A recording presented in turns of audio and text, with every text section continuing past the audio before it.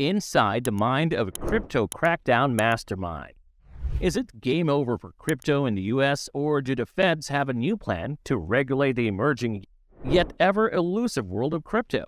Stay tuned to find out as we delve deep into the man behind the greatest government crackdown on crypto in America.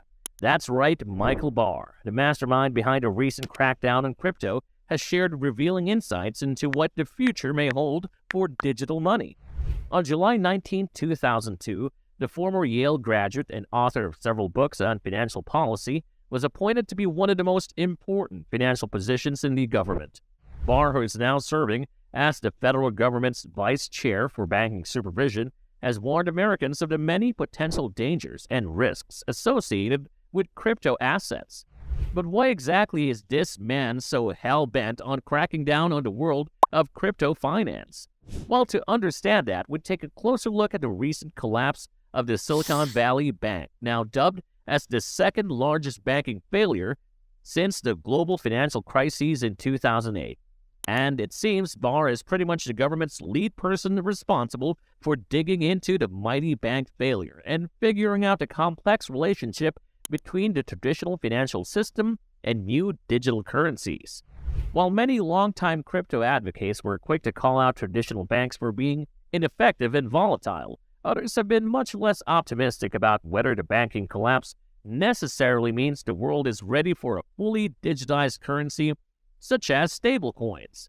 While the Silicon Valley fiasco was not the last nail in the coffin for cryptocurrencies, the earlier collapse of the FTX in February 2022 was probably a key factor which led several crypto-invested banks, such as the Silvergate and Signature Band, to collapse when things went downhill for the overall banking sector in the U.S. Not sure what we're talking about, eh? Well, here's a brief run through the fateful collapse of FTX. FTX is a U.S.-based exchange platform for buying and selling cryptocurrencies run by a man named Sam Bankman-Fried, a longtime crypto advocate who is more popularly known as SBF. With many popular celebs endorsing the forum, the FTX soon became the fourth largest cryptocurrency exchange for derivatives trading in the world.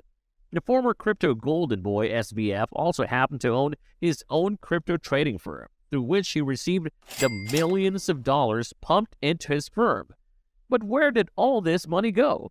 Well, here's what went wrong in a nutshell, with the Wall Street Journal reporting that FTX misused millions of dollars injected into the platform by private customers to fund some super risky investments, marking a series of bad investment decisions that ultimately led to the collapse of the platform.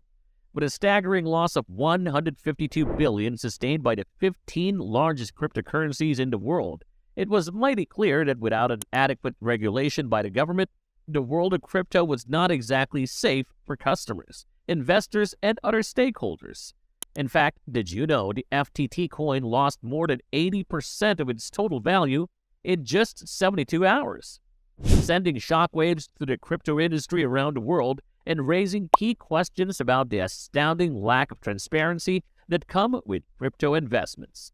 For Micheal Barr, the solution to this problem lies in an increased role of the federal government in terms of controlling and regulating how things are run in the world of crypto finance. In a conversation with renowned economist Anna Galford, Barr described the collapse of the FTX platform as a critical moment for U.S. citizens and government alike. A moment to sit back and think about the role that the U.S. Congress could play in more effectively regulating the precarious waters of crypto as we grow and move into the future. That said, Barr acknowledged and assured the public that the federal government hasn't still lost sight of the inherent potential of new innovative technologies, but also warned the public that any benefits to be reaped from these new strides in innovation can only be realized if appropriate government regulations are in place. Placing these innovations within the broader economic context, Barr said his main concern was striking the right balance between ensuring there is enough room for innovation within the financial market, while at the same time making sure that these innovative technologies don't threaten existing financial institutions, and ultimately, the stability of the broader financial system itself.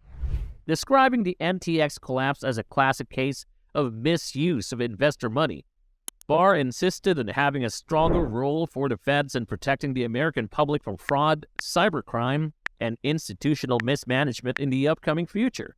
Barr also cautioned the public against making big financial decisions on the basis of excited assumptions about the nature of digital assets, given that many consumers only have limited knowledge and understanding of what risks crypto assets carry for investors and buyers. He also argued that in the absence of the right regulatory frameworks, crypto customers simply don't have all the necessary information they need to make healthy financial decisions. While warning the public against the mismatch in value and liquidity, Barr said that this disconnect between imagined and real-time value could be the recipe of another economy-altering financial fiasco in the future. And if unregulated by the government, digital forms of private money could have potentially disastrous effects in the years to come. And not just on financial institutions such as banks and big financial firms, but also on small businesses, households, and ultimately the national economy at large. For now, Barr reported that feds are working closely with banks and other regulatory authorities to create a new set of legal rules for regulating crypto activity, calling for banks with current crypto clients to immediately notify the feds and to make sure that no banks hold crypto in their balance sheets. But for Barr, there is nothing new about the government's latest policy on crypto assets, as many within and outside government ranks have already highlighted the key challenges to look out for when it comes to crypto, from lack of transparency to operation and cyber risks, as well as the potential ease with which crypto money can be used to finance money laundering and terrorist activities. There are issues that the government must consider in order to prevent the misuse of digital currencies in the future. Sharing his thoughts on stablecoins, Barr insisted that banks in the U.S. and elsewhere in the world should be much more accurately aware of the liquidity risks associated with stablecoin deposits, and not fall for Ponzi schemes under a high-tech veneer, as all cryptocurrencies pretty much face the same liquidity and credit risks as traditional financial assets, rather than being hedges against risk as they often promise to be. He also claimed that the Federal Reserve has already devoted a significant amount of resources and energy to understanding and exploring these new technologies, and is now in the process of developing new regulatory frameworks to protect American citizens from devastating loss and disappointment in the future. As of now, the feds are looking into the potential prospects of developing a central bank digital currency, a more centralized version of the digital coins we have known so far. To what extent the government is able to regulate existing stablecoins and whether or not a truly centralized digital currency will ever see the light of day remains unclear for now.